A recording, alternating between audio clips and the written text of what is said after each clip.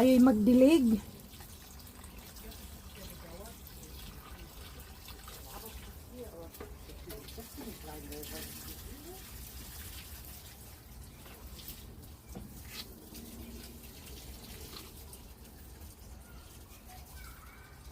Para mamunga, kaya diligan.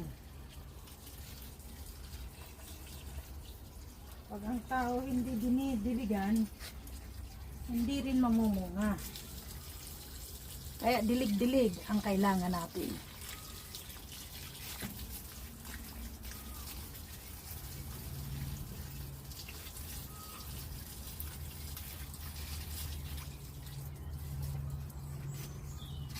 Lumabas ang araw.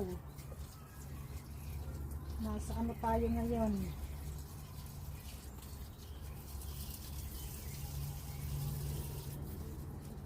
Umabot ng 28 degree ngayon. Kaya kailangan ng halaman ay tubig. Pag walang dilig, manunuyo. Ganoon din ang tao pag walang dilig, tuyo.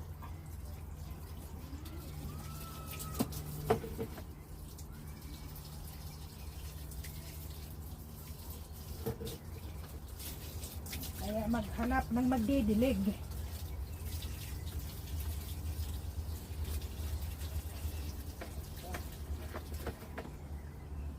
Dahan-dahan ang dilig.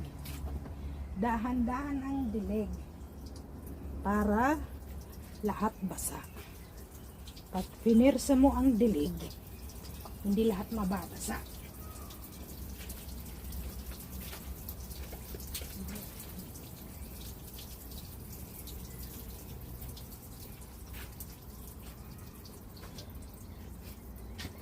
Ang pagdilig ay may kunting himas. Tanya, namumulaklak na yung anong bago kong tanim. Tignan nyo guys kung gaano kaganda yan. Na yung aking bagong tanim. Ayan.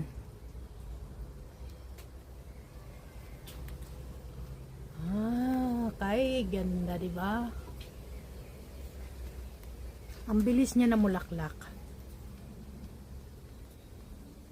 Kasi lagi kong dinidiligan.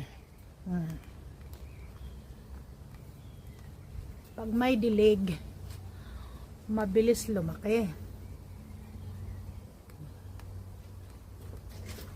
Sana tumagal siya. Napakataas din ang puno na ito. Napakataas. Kalamansi ko namumulaklak pa lamang. Kita nyo uso ngayon ang taglagas din. Oh, ayan. Lumagas na. Wala na yung yelo kung mga bulaklak. Lagas na lahat. Ayan. Uso ang taglagas ngayon. Yo, gano'n na nga. Sa next year ulit yan, makikita. Ito na lang ang natitira na napakalaki. Pero yung kalahati lagas na rin. Akala ko yung bahay ko lang ang nalalagas. Pati pala bulaklak nalalagas din.